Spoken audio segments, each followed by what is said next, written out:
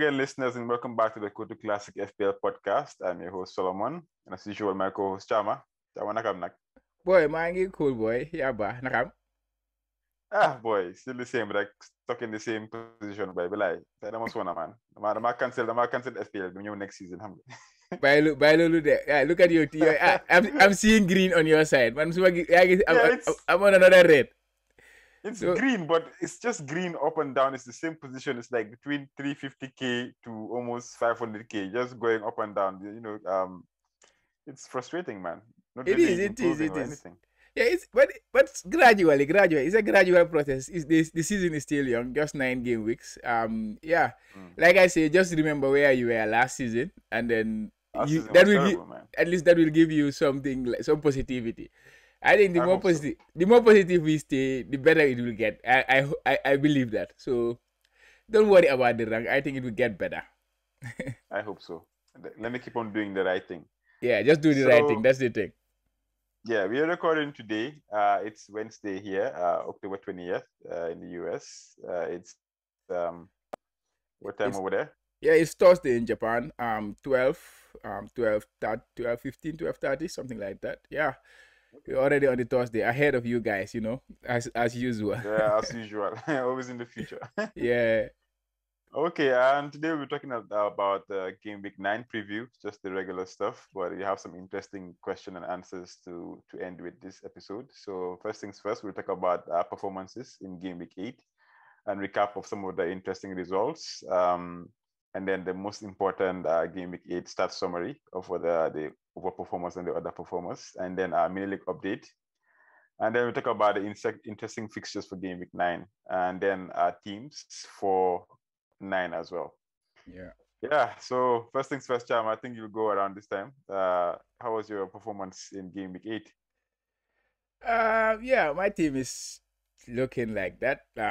I ended with 5 defenders in my team because Jota did not turn up. So it was not a great game week, of course, but it was ahead of the average score. The average score was pretty low, and I ended the game week with 60 points. But I took a hit ahead of the game week to bring in Foden and Cancelo, the two Man City players. They came with a return of 12 points, so it was not a bad hit.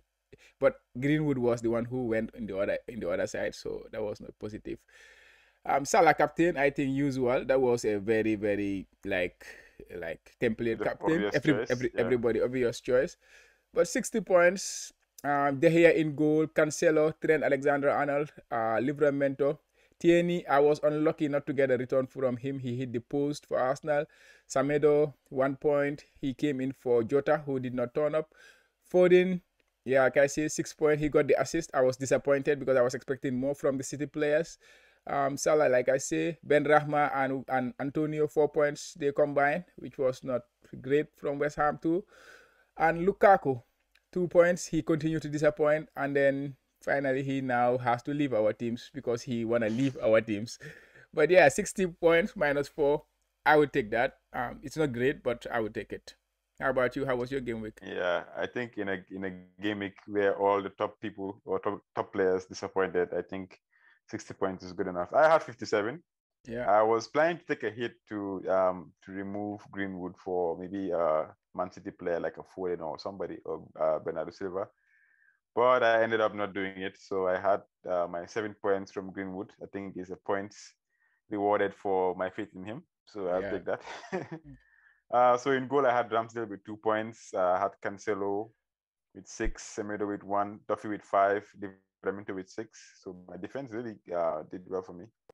And then Saka was, I think, injured. He left early. 45 minutes. He got they give him a very hard knock in the ankle. So he was out by halftime. I think he got a yellow card by then too. So yeah, it's terrible. So it's 0 points, which was, this is one of my players that I was hoping that it would be a differential. But anyways, he should have been a differential. He should have been a differential, but now he is now a doubt for the next game week. And Lukaku is out. So how do you gonna? It's good. But we will discuss about those things later. We'll talk about it. Yeah. So Salah captain, 26 points. Like I said, Greenwood 7. Antonio's been, I don't know what's happening over there. Just give him one more game week and see. He should be out. But anyway, 1 point from him. Lukaku 2 points. Jimenez 1 point. So the strikers are not really doing well. The ones that we have, or the popular ones.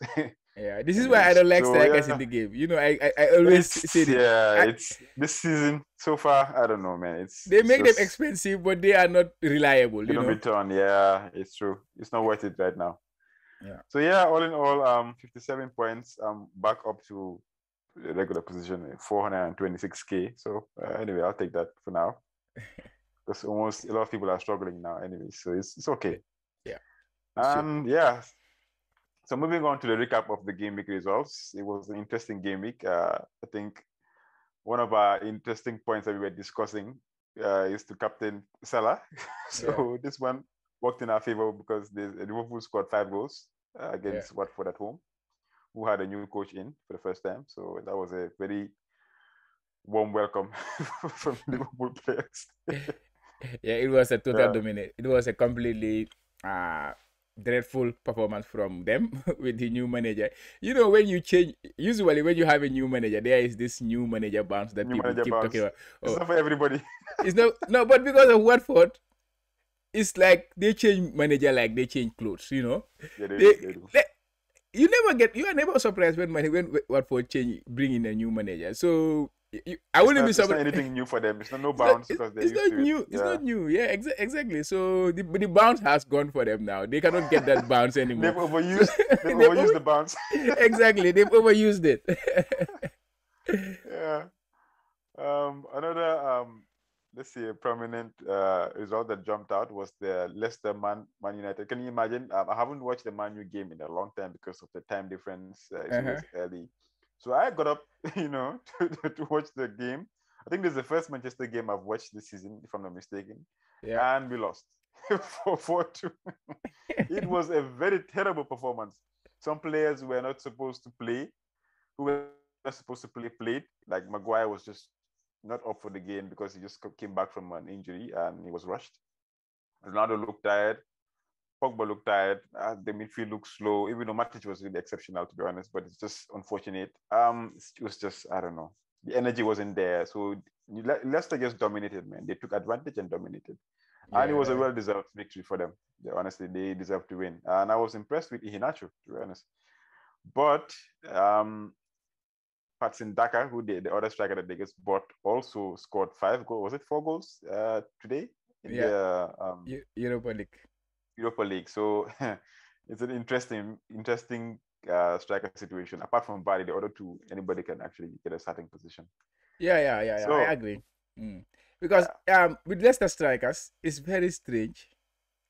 It's good for the manager. I think every manager likes to have 3 top strikers in your team. But he just does not have 3 top strikers in his. He has 2 top formations, in other words, because he has a top winger in Harvey Barnes, who he really likes and he wants to integrate in that team. But if he plays 3 with 2 strikers, Harvey Barnes don't have a place in that team. So with their striking situation, it is so tempting. But other than Vardy, it's risky. But they are so good, right? They are so tempting players, but you cannot just go there. Because if you go there, you're gonna be like you're gonna get hurt. You're gonna get hurt, seriously. So the interesting thing is, they tried playing one striker, which is Vardy up top. Yeah. And they had terrible results up until the point where they brought in Iheanacho, just like last season. Exactly. And then the results started improving. So that means the best formation is 2 strikers up top. Absolutely, it is the better one. But because, like I say, for them. But like I say, Barnes, he loves Barnes. Exactly. Yeah, he loves Barnes. But the thing is, I don't think Barnes has been in good form. I think not for a game, 1 or 2 game weeks, or in the beginning, people were thinking that he was going to have a really exceptional season. But I don't think it's worked out for him so far. But yeah, right now, like they seem to be ticking along, even though they don't have many options. But the game against us, they really played well. Even Vardy was up for it, or maybe we were just that poor, or maybe they're turning things around. So yeah, Vardy is just Vardy. We just keep ignoring him, but because of his price point, I think it's a bit expensive. It's a bit expensive to go there because you are talking about Kane, Ronaldo. You have to replace him with one of those because you cannot go with these guys. Yeah, one of the top guys. So that is why Vardy is difficult to get in this game. But yeah, it's a tricky one. It's a tricky one there. I really wanna invest in their forward, but the same. I have Iheanacho like penciled in for one like the next few weeks, but I don't. Right now because of Dakar the way he's performing, I'm not really sure that I can go there. Exactly. And they have two competition. They are playing in the Europa League, which is like more games for them. They are still in the League Cup, so it means they are gonna rotate. I can say Vardy is gonna start the Premier League games most of the times. But then the other two, you cannot really be sure who is gonna be the one to make the other position. But of course, if you get it, like if you get it spot on, I think you might get a point. It's a big differential. Like if you get it spot on. Yeah. Another game I watched, I saw the highlights was Leeds against Southampton. I don't watch the whole game. I think the two games that I watched in whole, or three games, were Liverpool, Chelsea, Brentford. It was a good game. We'll talk about that later. Newcastle, Everton, West Ham. These were the only three games that I really watched in like all of them. But the Southampton Leeds, it was very interesting. Southampton completely dominated Leeds. But Leeds, but Leeds they are missing another. I don't know what's the cause with Leeds this season. Calvin Phillips was missing, in their midfield. Rafinha was missing because of the international game. Bamford is still missing. Ayling is still missing. Their team, they are still struggling with injury. And it's a team that is built around key players like Calvin Phillips. If Calvin Phillips is not playing in that middle, Leeds is completely, if Llorente is missing in defense, it's completely. So there are some key players in that team. If they are not there, like Rafinha too. If he's not there, they have a problem. Bamford, exactly. So that is their problem right now. But Southampton completely dominated them. And I heard from Planet FPL, James, he said, this was the first time that a team outrun a Bielsa team in the Premier League. Wow. Yeah, it was the first time. Something like that. I did not quote it very properly, but it's something like that. Because usually teams don't outrun them. And this was the first team that is really physically fit team, Yeah, exactly. Southampton did it. And Broha, this guy, the 5 million, as you can see in the screen, he was on top form. He had 5 shots in that game. He scored the only goal of the game. And if you remember well, in 2 or 3 game weeks ago, he came on and he was really, really impressive. He's a loanee from Chelsea. He's a top player, I think. He was very sharp in the international break too. I think he scored a few goals during the international break for his country, Estonia or something like that. But he's looking like the real, real budget under 5 million striker in the game, because we are looking for that player, to have our because I like cheap strikers. For me personally, I love cheap strikers. They enable us. They can enable you to get to other players. Exactly. I don't care if they give me 2 points. I like cheap strikers because this top striker, Lukaku, 2-2-2, 3 games. They're not doing anything. So you need to get these cheap. So expensive, yeah. So he is somebody I'm keeping an eye on after that game. He had the highest number of shots in the game week, or second highest number of shots in the game week of any player in the game week. And he is going to appear on the stats summary as well. So we will get there. So yeah, I was very, very impressed with them. So yeah. Okay, let's look at one more game that I actually watched. This one. I think I came in the second half or some part of the first half. The Newcastle Spurs game. I think Arab money, the first game after the Arab money injection from Newcastle. You can see that they were hyped, but I think it was a bit, maybe they were too overhyped, that I think maybe they kind of backed themselves in a corner because they scored first anyway. And then, but they were hyped, but they were not really logical, or they were not really strategic in the way they played, after some reason. Because the game looked so easy for Spurs. Spurs were, like balling, like really playing. What's this guy's name? The number 10. Dombele. He was playing his best game in a while. I was like, wow. He's a good player. He's a very good player. That means I don't know, but I feel like things will change obviously because they've just had sacked their manager Steve Bruce. I feel sorry for him. I feel sorry for Bruce though. It was already a writing on the wall. Yeah, of course. The first thing that they have to do is change the manager. Get a better manager. And did you see his statement or something after the sacking? No, he said this might be his last managerial job. I feel sorry for him because he say when you are doing a job that nobody likes you, so I really feel sorry for him. Yeah, something That's like that. that's He not good. feels That's good. he's not appreciated as a manager, and As I a understand. manager, okay. Yeah, but fans will always have their opinion about managers, the way they do. You have way you Yeah, comport yourself, so you cannot blame it. It's the job you are doing, so that's the job. Yeah, you that's are the job. you're gonna get criticized a lot of the times. Yeah, but also we need to Okay. say a word or two about Chelsea Brentford. The dominance that Okay, yeah, you Brentford. you have the last year about them, and then we can move on Uh, to the uh, start summary. yeah. Let's talk about that a Go on. little bit. Yeah, Brentford were completely dominant against Chelsea. Total dominant. Of course, Chelsea were not with their best team. The team looked more like a makeup team because the defense was completely makeshift. You have Sarr, the French guy, not Senegalese, of course, and then you have Chaloba, and then you have Aspilicueta and Christiansen, and then Chilwell on the left. In the middle, too, you have Loftus-Cheek. It was kind of a makeshift team. They played two strikers up top, Lukaku and Wana.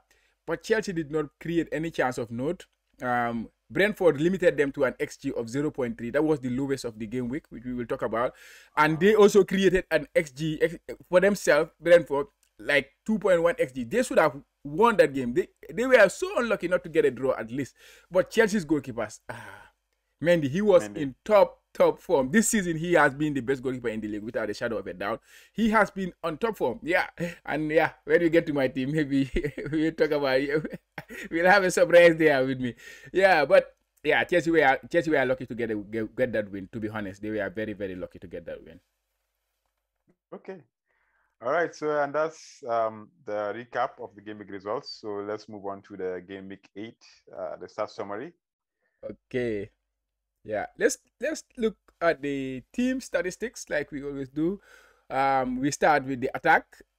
The attack is sorted by expected goals. In the game week again, Liverpool dominated. Like that's a common team this season. They had an XG of 3, scored 5 goals, 5 big chances they had in that game. They were the biggest overperformance of the week as well, but because of the number of goals they were scoring and the chances it was too much.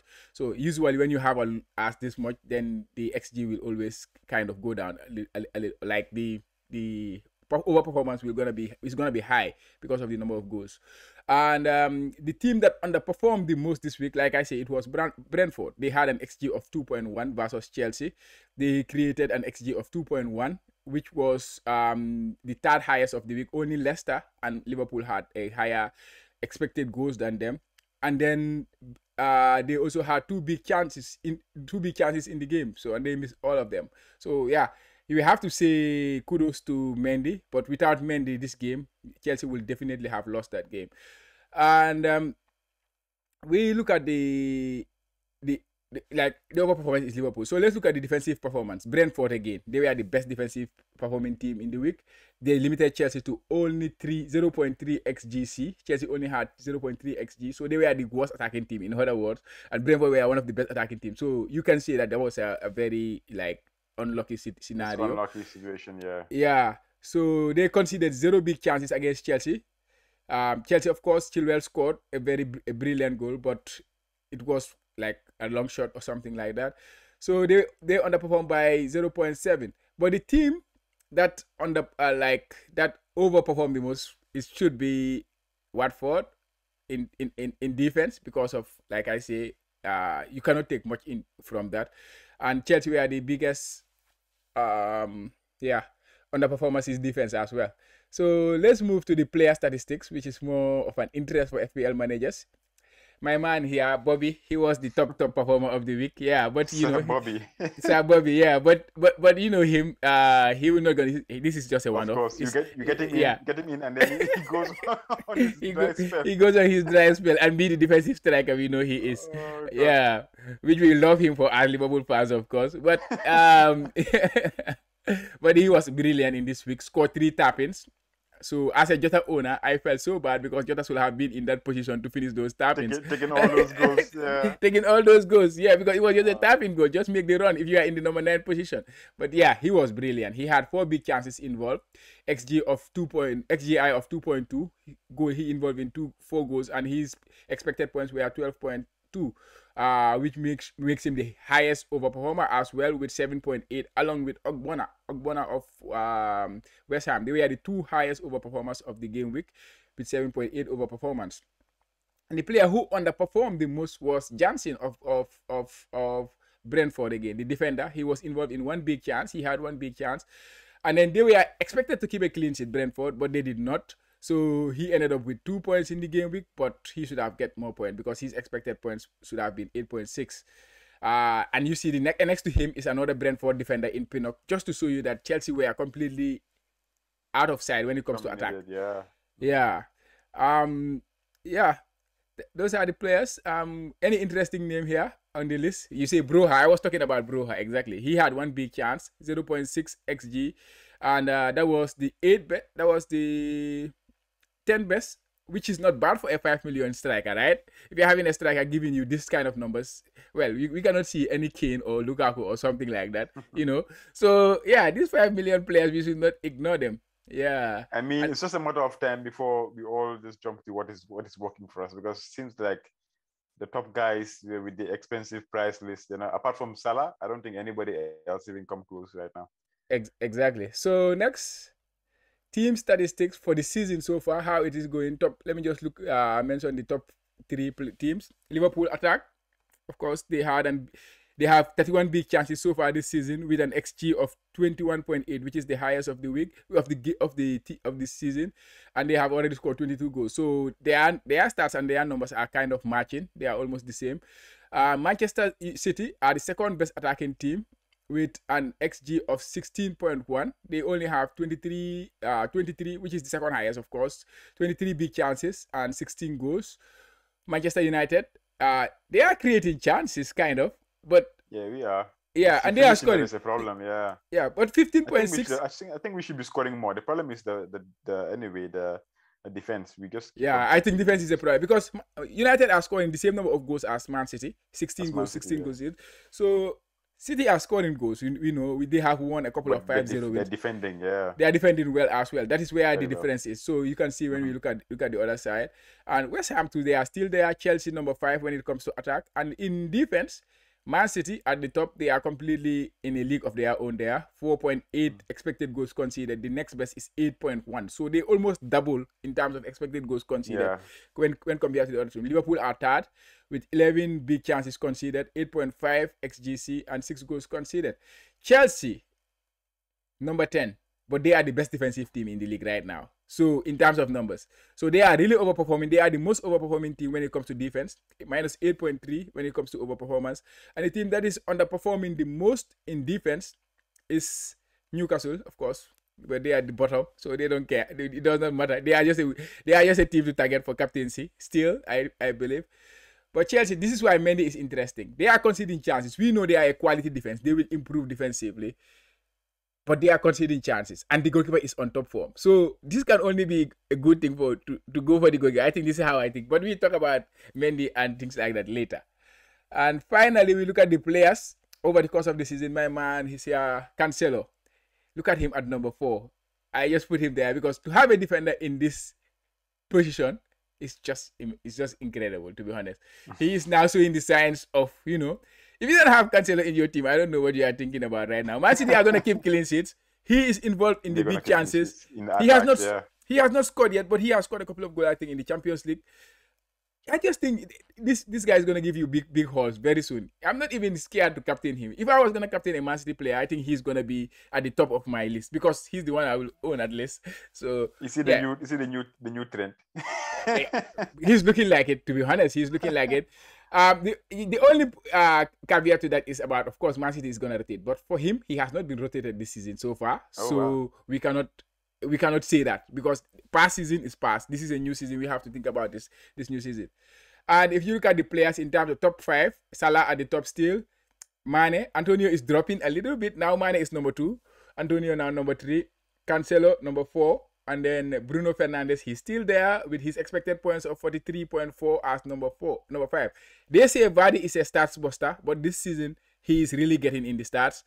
And the only thing we are not getting him, for me personally, is because of the price. But he's showing the signs that he should be considered. Pukki, he still continues to underperform. He's still having chances. He should have scored, I think, in the last game too as well. But he's still in the top 20 players in the league so far. So I don't know. But yeah, no, you cannot trust their players, to be No, no honest. way. Yeah, that's No it way. for the start summary. I think it was a bit long, but it was at least it gives us an It was idea worth of it, the yeah, an players. idea of what is going on. Yeah, some of the players to target. Exactly. All right. Thanks for that, man. We'll move on to the Kotu Classic Mini League update. Manager of the week.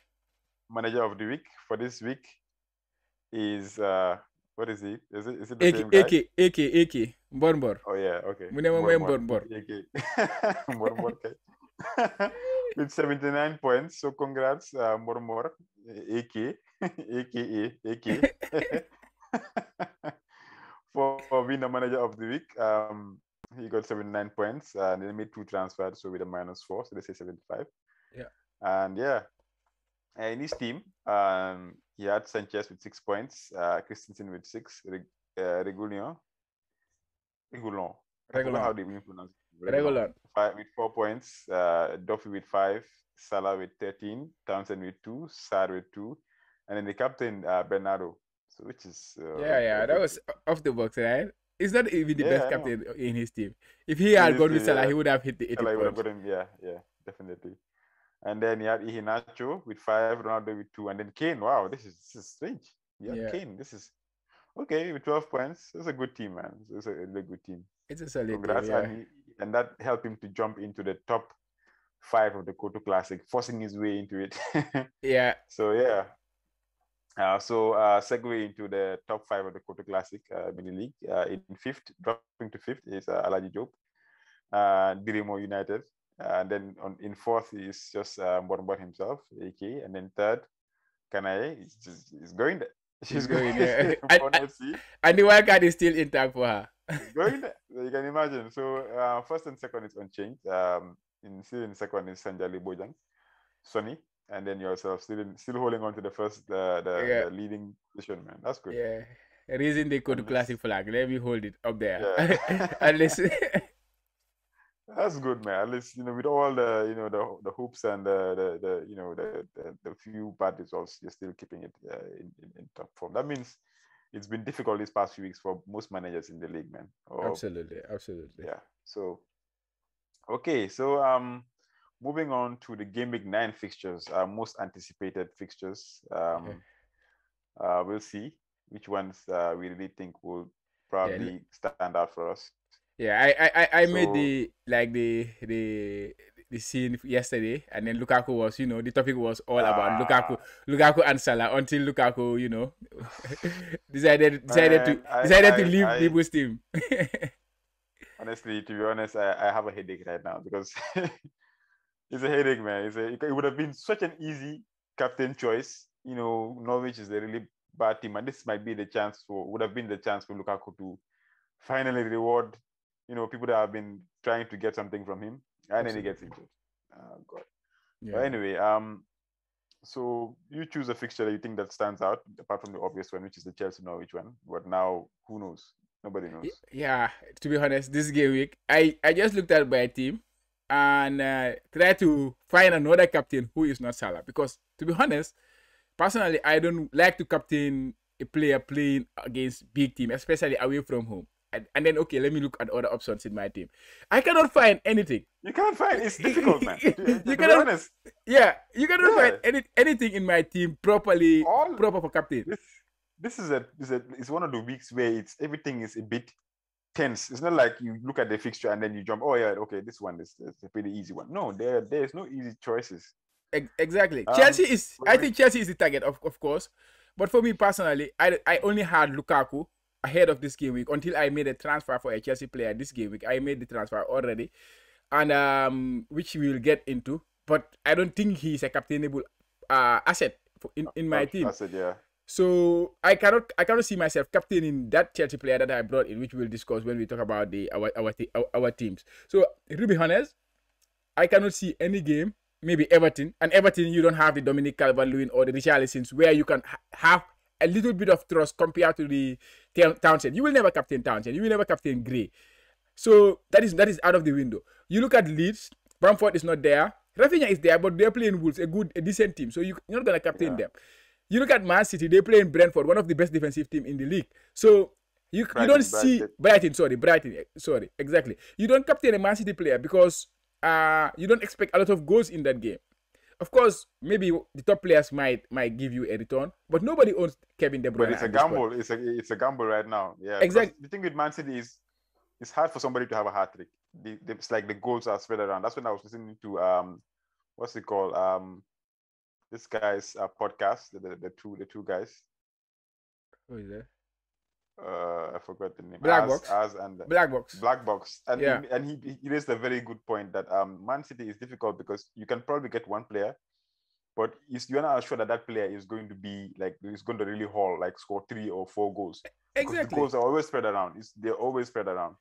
Exactly. And on top of that, he might not even play. So he's a risky man. It's risk upon risk. It's a risky. So but honestly, right now, if I had to choose, gone to my head, which game that I feel like, okay, you know what? Maybe it's not as bad as anything. I think it will be the Manchester United Liverpool game. I just have to captain Salah, man, because as bad as our defense is right now, I'm sure that Salah will score 1 goal. Definitely score 1 goal. So I think me too. That's where I am right now. But I'm just going with the form right now. His form is exceptional. Man United not looking good defensively. So at least as a Liverpool fan, I will be happy to captain him. I was in a Twitter space recently today, and somebody was a United fan. I know he did not want to captain Salah because of the bias. But I told him I respect the decision because if I was in the same situation, for example, Man United were in the form of their life, Ronaldo is in the form of his life, scoring in every game. Man United have a fixture going at Anfield. I will never captain Ronaldo, never ever. So for a United fan to do it, like you planning to do it, I really respect that. And whoever does not do it, I also really respect them for not doing it because I will be in the same shoes. Because these biases, they are there, huh? They are always there. But yeah, I see you. You know what's funny? It's like my FPL career or whatever you can call it, bias, and my fan bias as a Manchester United.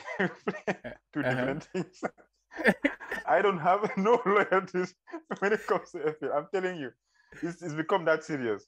The first thing, as soon as I heard that Lukaku was injured, I just transferred the captaincy. Because I looked at the United Salah. Yeah. Like some of these, like I think I've learned in the past few seasons, especially last season, to not put the bias like in FPL. Yeah, definitely. Because if it, like most people own like rival players. Yeah. Somebody like Salah, if you're a United fan, you say no, you're not going to own Salah because they're a Liverpool fan. You're wasting your time. He's one of the best players in the game. So absolutely. No, but what I'm remove the bias, you know? But what I'm saying, when it comes to that aspect, like I know Ronaldo is gonna score goals. He's gonna play in Norwich, for example. I don't care. I know he's gonna score. But when it comes to coming to my team, my ground, and then I say, okay, I'm gonna back Ronaldo to come and score in my ground. No, I cannot do that.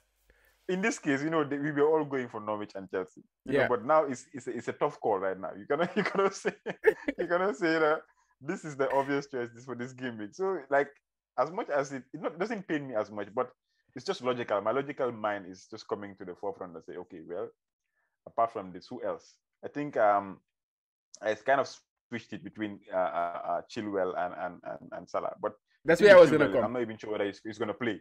That's where I was gonna go. That's where I was gonna go, Chilwell. Because if you have Chilwell in your team, personally I don't. If I had him or any Chelsea defender, and Chilwell, according to the some have done this research where they check the players that start and come on as a cameo option. Like Chilwell has never came on as a cameo option in Tuchel's reign. So it means when he's on the bench, he stays on the bench. When he starts, that is it. Okay, he plays. That's good. So if you captain him and then you vice captain a Salah, I think I can do that. But if I'm a United fan, for example, because for me personally, if you ask me who's gonna score more points if they start the game, I will back Chilwell. No, I will back Chilwell. To be honest, you back Chilwell. Okay, I will back Chilwell. If I had him, I would consider it, but right now I don't have Chilwell, so it's not gonna be in my consideration. But of course, Salah's form is just incredible. So yeah, I can do with it, and I'm a Liverpool fan, so I can enjoy it more. Even if he hurts me, I can still take it. At least it's your decision as a fan, so it doesn't got as much. Exactly. Okay. So we can move on now to our Yeah. teams. Yeah. All right. Oops. Yeah, your team. You go first. Your team is here. Okay. So my team as it stands, I'm not sure if I changed it since I gave it to you, but my Yeah, the captaincy captain. wasn't Lukaku, or it wasn't Lukaku. Yeah. See, that's a big red and somebody who's as expensive. So anyway, I'm going with Ramsdale in goal. I think I went with Semedo against Leeds, Chilwell against Norwich, and Cancelo against Brighton, and then Livramento against Burnley. So it's I think a 4-3-3, but I think I changed it to a 4-4-2. But anyways, yeah, because of Lukaku, I have to try to see if I can. I'm going to take a hit to bring in another player, but I don't Yeah. want to bring in a player just for 1 or 2 weeks. If I'm bringing a striker in place of Lukaku, it has to be for the next few game weeks, like the next 5 or 6 games. Harry Kane. It's too expensive, man. You cannot afford. You don't have any money in your bank. I have money. I have 1.8. I can afford him, but I feel like it's too expensive.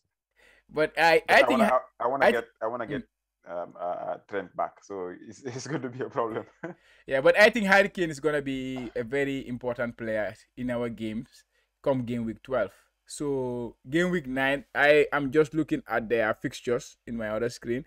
Spurs play West Ham away, Man United at home, then Everton away. I don't think these are 3 bad fixtures for him. They saw red in the transfer in the ticker, but they are not bad. Yeah, but after that, Leeds United, that is at home. You captain Kane if you have him. Burnley away, you can even captain him. Burnley have not been great this season. After that, Brentford, not great. After that, Norwich. So those 4 fixtures are very key. So in the next 7 games, Tottenham have one of the best fixtures. I think somebody asked about Kane, which we will get into the questions. But I am 0.1 short of getting Kane, and I already took a hit this week. So I cannot get him. But if I was in a position to get him, I really tried, but it was not possible. I was maybe going to take the -8 and just ride with it and then go with it. But I prefer Son to Kane though. I was thinking about it too. So I'm just trying to get a replacement for Lukaku at this point, because I'm sure people are going to dump him, and probably that would like reduce 0.1 for my, whatever. But I think, yeah, I'm leaning towards that. Let's see what happens. Yeah, so, but yeah. And then, but it's not bad. Yeah, I'm here. It's okay. Okay, go ahead. Mm-hmm. Go ahead. I said it's okay, but I'm definitely going to get rid of him. Maybe with a -4, because the longer it takes, the longer his price is dropping. So let's see what happens. And even though I was already disappointed with him anyways, so I think he has to go. And then in midfield, I had Salah, Greenwood, and Rafinha, who's just back. I think he can play now. Saka is already flagged, so in the updated one, I think he's there in my team. But let's see what happens with that too. And then Antonio, Lukaku, like you saw there, but Lukaku's on the bench in this new team. And then Jimenez, I'm not really impressed with. So honestly, this is just a team, like a boss team, but come the deadline, it's going to change. It's definitely going to change. You might take 1 hit or something. I might take my first hit of the season to get Lukaku out. Okay, you are still hitless. Oh. Yeah, I haven't taken a hit this season. Nice. I've done well. So yeah, let's talk about your team then. Yeah, my team looks like this. I took a hit already. I got another hit. This is my 3rd hit of the season. So I am doing what I do best. You're doing well. I'm doing what I do best. Yeah. So I made a hit. I knee-jacked, or if they call it that, because I made the transfer immediately after the game, when I saw the Chelsea game, and Mendy's price was rising to 6.1. So I decided to get rid of De Gea because of the United fixtures.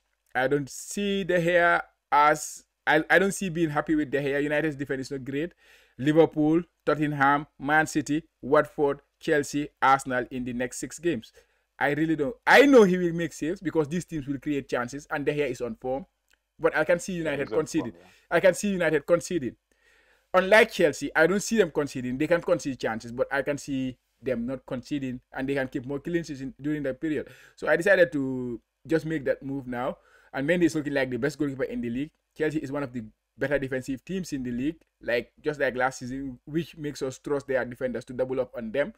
So to get their goalkeeper who is making a lot of saves, who is showing the form of his life, or the form that is telling everybody that he's the best goalkeeper in the league. And Chelsea are conceding, but they are not they are conceding chances, but they are not conceding goals. So it means those points is going to the keeper. So I went with Mendy and make the double transfer. Mendy and Rafinha, I was just waiting for the international break to phase out because of he really. I cannot. I thought you had him. I didn't know that you didn't have him. I never got him in my team this season. I never got him in my team this season. Or if I did, it was in game week 1. Yeah, only game week 1 and game week 2, and transfer him out. And I was planning to bring him back, but there was never an ideal time because there was always another problem to solve. So I had to ignore it. But the fact that he was not available due to the international break, I was so happy with that because I did not want to not own him for that game because he was gonna. It's difficult to watch him and not own him. He's the player that, he's always on the edge. We will always put you on the edge of your seat. He's that type of player. So, and then after scoring 2 goals for Brazil, well, what else do you think?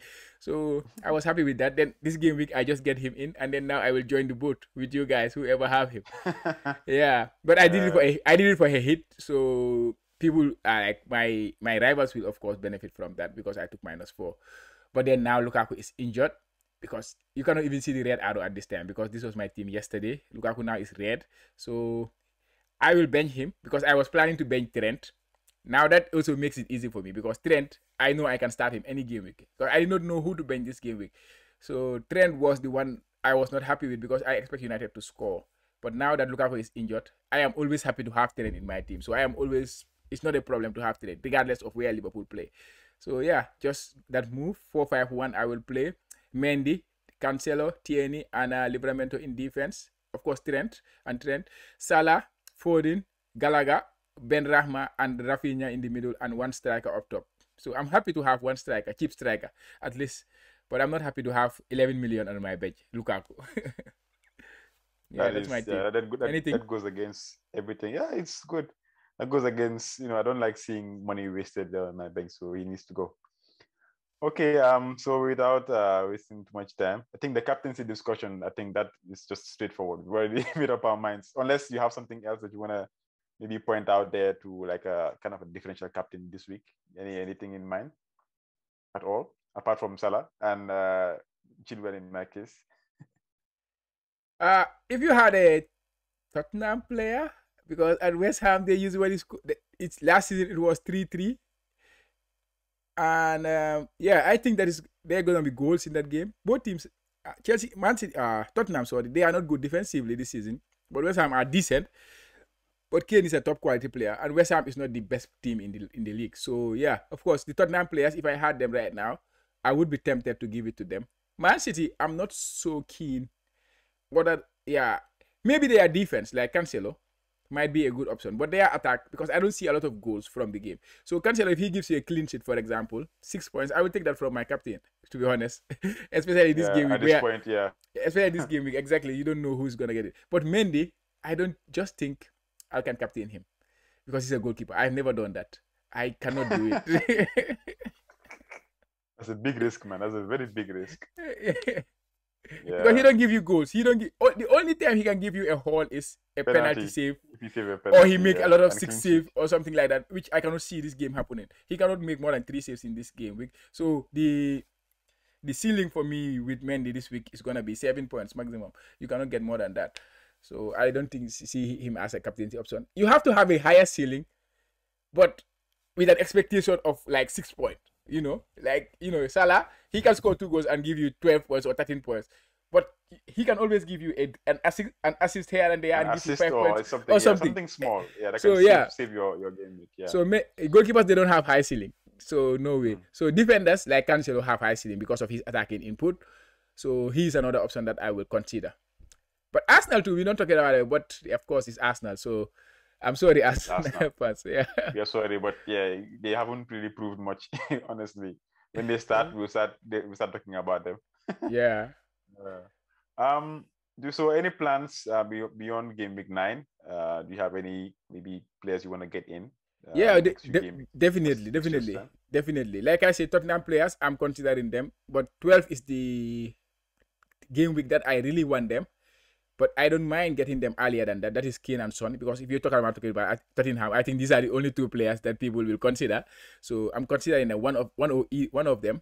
I prefer Son because he's a midfielder, like always. But I don't rule out going for Kane. But also Brentford, Mbuemo and Antone. I think I want the double up. But again, if I'm going for one of them, it's gonna be Mbuemo because I prefer a midfielder and he's cheaper. I know Tony has been doing well, but not points, of course, but he's doing well. And both of them, Mbuemo too, he's hitting the post 6 times more than any player in the league. But his XG numbers or his XGI is up there with the top players, so he is looking like a very, very good asset. He just needs to give us points right now. So those 2 players and the Tottenham players are the players that are really on my mind right now. But Hatu, I said about him, that is the Southampton striker. He is also in my thinking. So maybe let's say 5 players are in my thinking right now. How about you? I think it's the same. I'm thinking of trying to get Buemo in. Hinacho is also in my thinking, but like we discussed earlier, that the situation with the Leicester strikers is a very, very cagey one. But for now, I think he's in my thinking and he hasn't left. So I want to bring him in probably for Jimenez. And Antonio, I'm watching to see if he does. He's actually really, maybe it's overall team performance and the red card or whatever, but he didn't have the same impact, or he hasn't had the same impact since in the beginning of the season. Yeah, so things are changing a bit. So I might just save a few bucks there, maybe downgrade to 20. Okay. I will see what happens. Yeah, I was hoping to get Lukaku to Werner, but now both of them are injured. So that goes out of the window. So I have to change my plans now. I thought about that too. Yeah. So anyway. But how about Havertz? Do you think because Havertz, now he's going to be an out of position striker? The coach made a comment that I think he's a very harsh player, a harsh coach, but it's real. I like that. He said that he has to do much more to get back into the team, something along those lines. But now there's an opportunity because the 2 strikers are injured and he's the next best in line because he can play a false 9. So possibility is if you want to make a punt, I think he might be one of the best punts this week. He's going to play, because he's against Norwich. So obviously they will score a lot of goals. So we'll see. Yeah. But Havertz is good. But my midfield is full, so I can't get him in anymore. That is the problem right now. So let's look at the captaincy metrics. I know this week it will be very different, and in terms of players, because like the only the usual suspects are not gonna play. So let's see what it will give us, because of course the metrics was prepared at the start of the season. It did not take into account the players that are going to get injured or something like that. So this is how it looked for game week 9. Number 1 is Lukaku versus Norwich, DCL versus Watford, Zaha versus Newcastle, Crystal Palace versus Zaha has not been on form. Yeah, he has not been on form. That's the problem, right? Bamford injured versus Wolves. Aubameyang, okay. Versus Aston Villa. Maybe Aubameyang versus Aston Villa. I can take that. But Aston Villa is not really a port. Like they've been doing very well. So you see, looking at stats, I think, I mean, looking at stats, it did not even bring Salah into the picture. Like Liverpool, the top 6, they are not there. But we are gonna captain him anyways because of the form right now. But if you're looking at the like the form of these teams and the history of this fixture, like how hard it is for Liverpool to go at Old Trafford and win, except for last season when Salah scored a goal. I think he scored 3 goals at Old Trafford last season. Maybe that gives us a little bit of hope. In the FA Cup, he scored 2, and in the league, he scored 1. So we can give him that one, right? But it's a derby. The thing about that, the thing that most people worry about in derbies is that it brings out the best in players. So even a team that might be doing very badly recently and just play a derby can just win.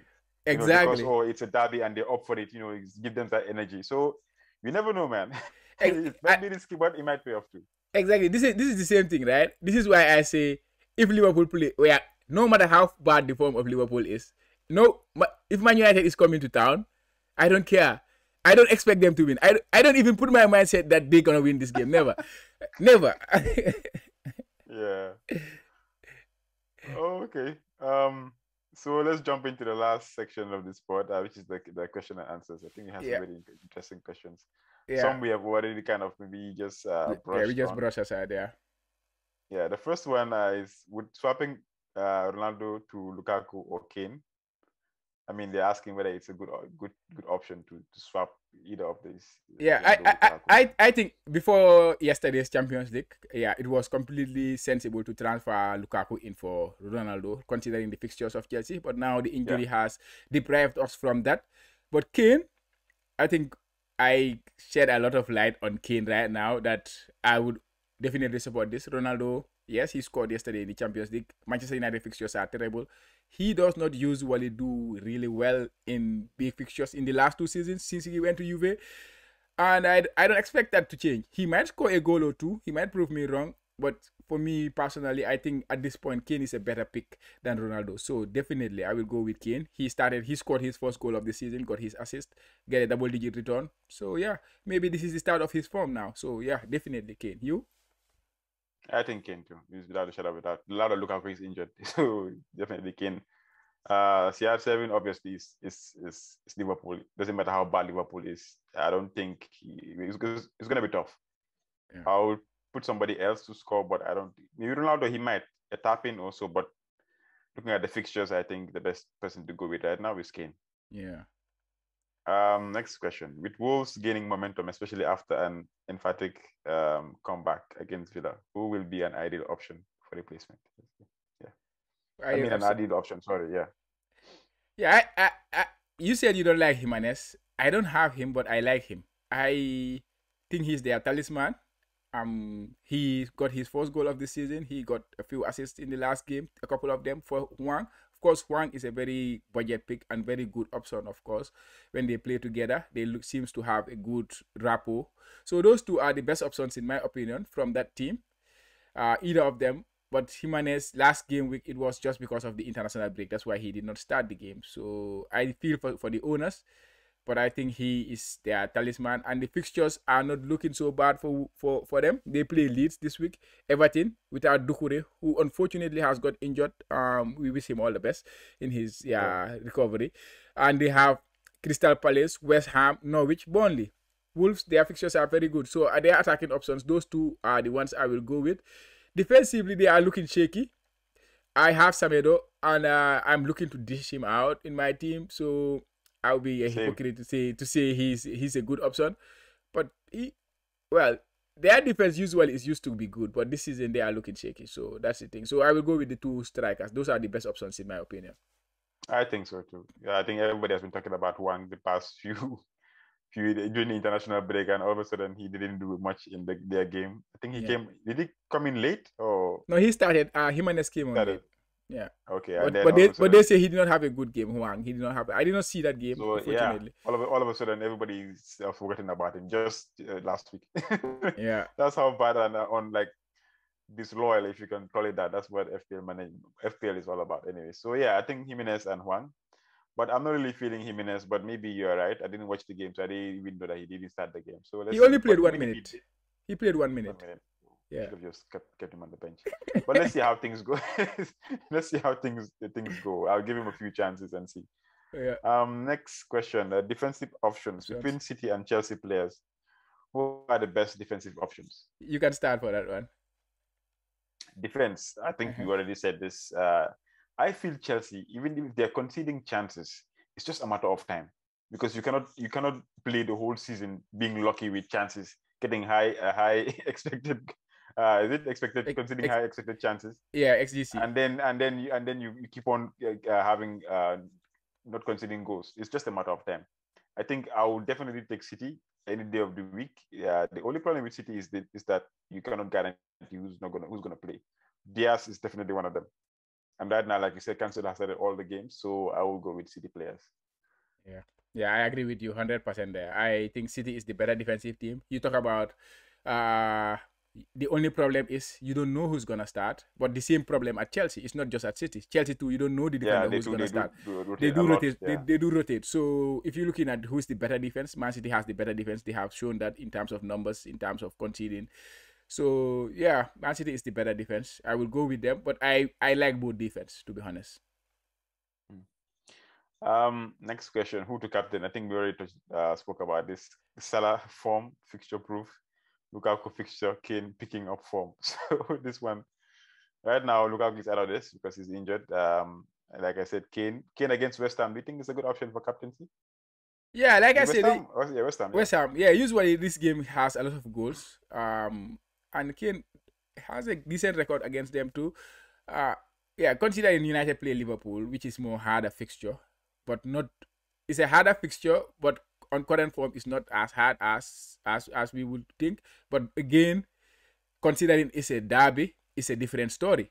The different story, definitely. So yeah, Kane is playing West London derby too, but yeah, it's not as intense as the Liverpool Manchester United derby. So if I had 3 of them as options, Kane will be my pick.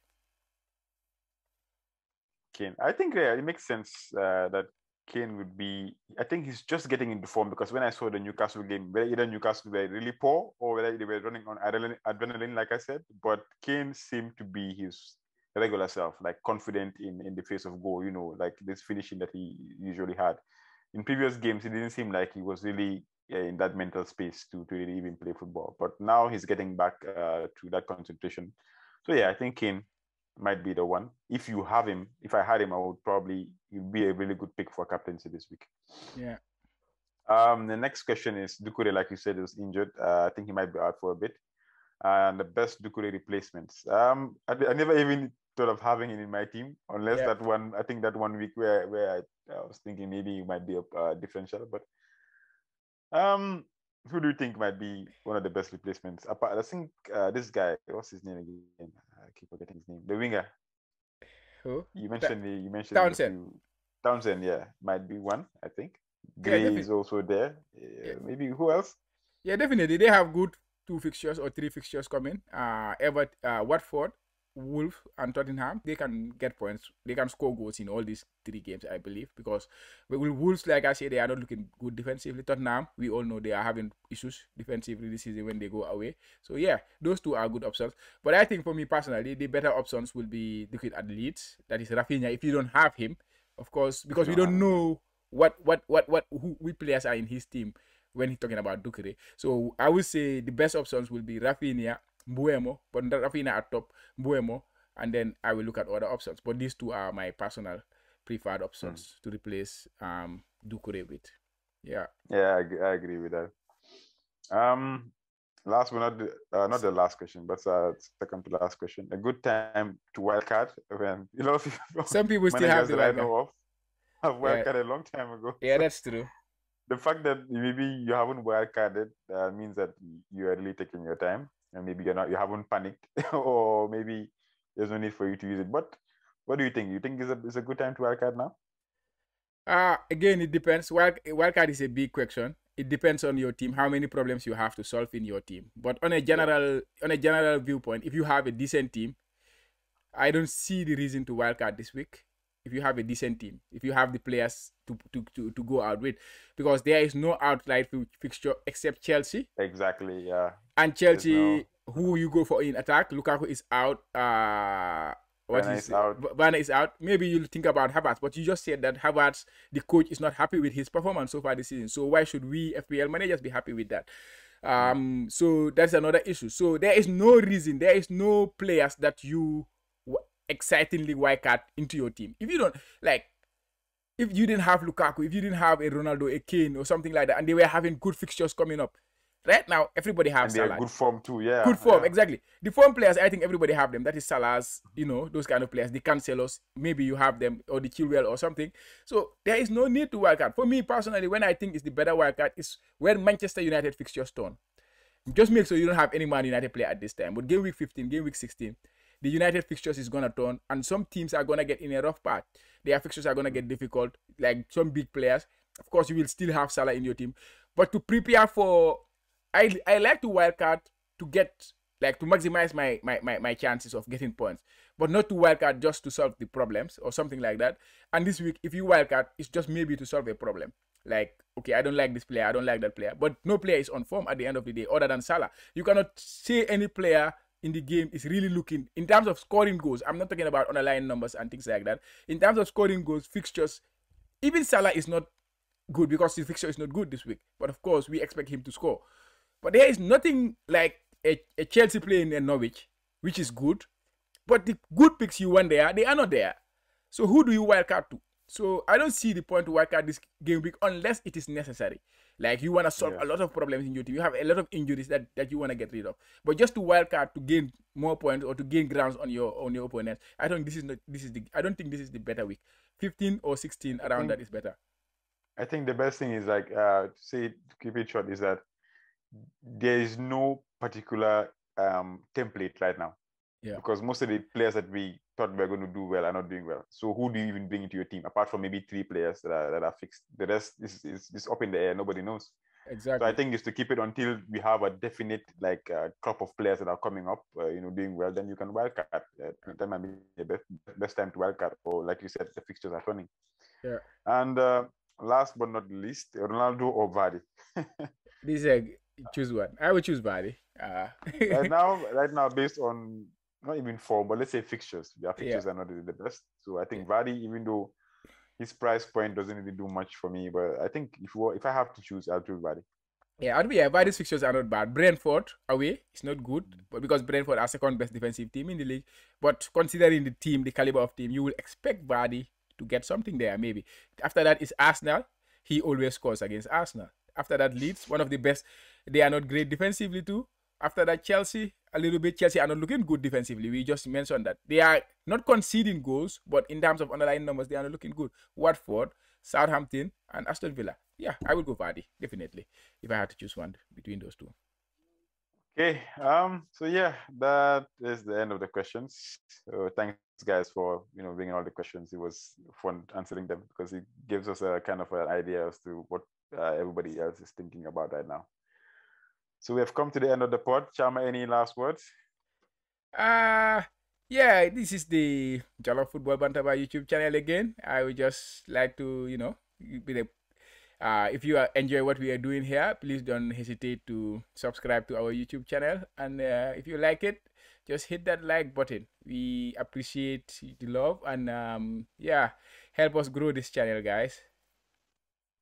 All right, you heard it here first. So please, guys, watch out for our next episode coming in, which is obviously every week. If there's no international break, of course. So thanks for supporting us, and catch you guys on the next one.